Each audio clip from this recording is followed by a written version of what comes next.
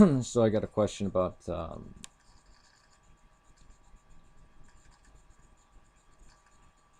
the book of Daniel. You know how scholars date it. A lot of people might not know this, but get certain events right, basically, in the eyes of the scholars, up to a point, because it seems that he doesn't know of the Maccabees. He predicts a different thing happening. Again, there's uh, the critical, a very critical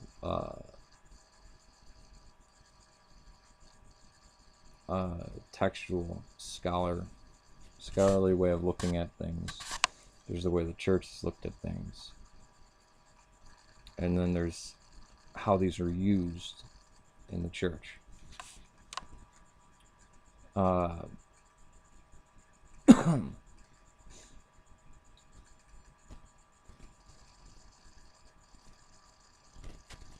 Are any of these things wrong? Or I mean, I hold the documentary hypothesis.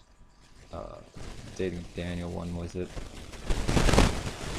good enough? Not referring to those, you know. I mean, if you see prophecies and everything, it jumps around like crazy. Just like I wouldn't say that the apocalypse is anti-Pauline. Although I can go into that, and there's speculation there. How the church has used these things to make an idol out of the books is ridiculous. And when people are afraid to confront the texts as they are, if you want to look at them critically, to me that's scary when people do that. If people want to reject it and say, well, that's BS, because there's a lot of liberal scholarship out there that just is not scholarship, but just like the Jesus Seminar. That is ridiculous. There's a lot of things that I'd agree with Bart Ehrman on, and even some things of Dale Martin, although I've only read certain excerpts from him, and I saw a couple clips of speeches or whatever that he gives.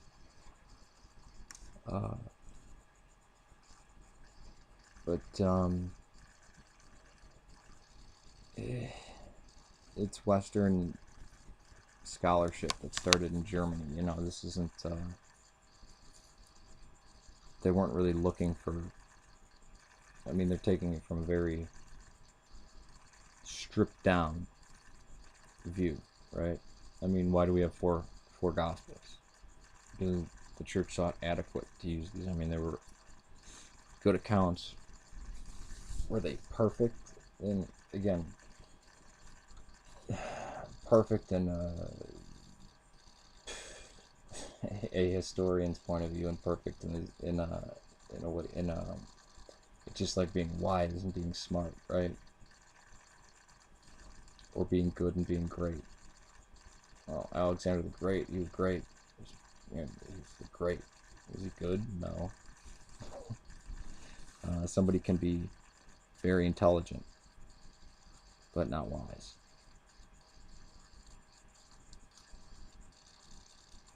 You know, some people, you hear people say, "Oh, that person played the violin so beautifully. How could they be a mass murderer?" And it's like, they don't connect all the time.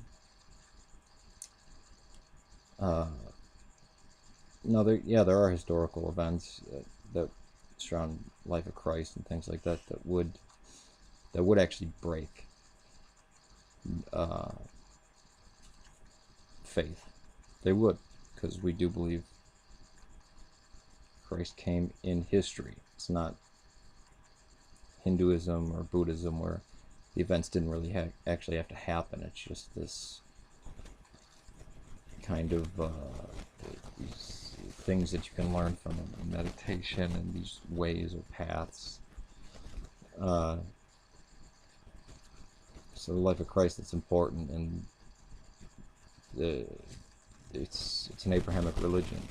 The history is important. Even when I say I believe in Christianity, I still think first 5 books of Moses are very extremely reliable, more than any other ancient text, especially at that time. And I don't even think we have anything of that time that's, well, even close to that.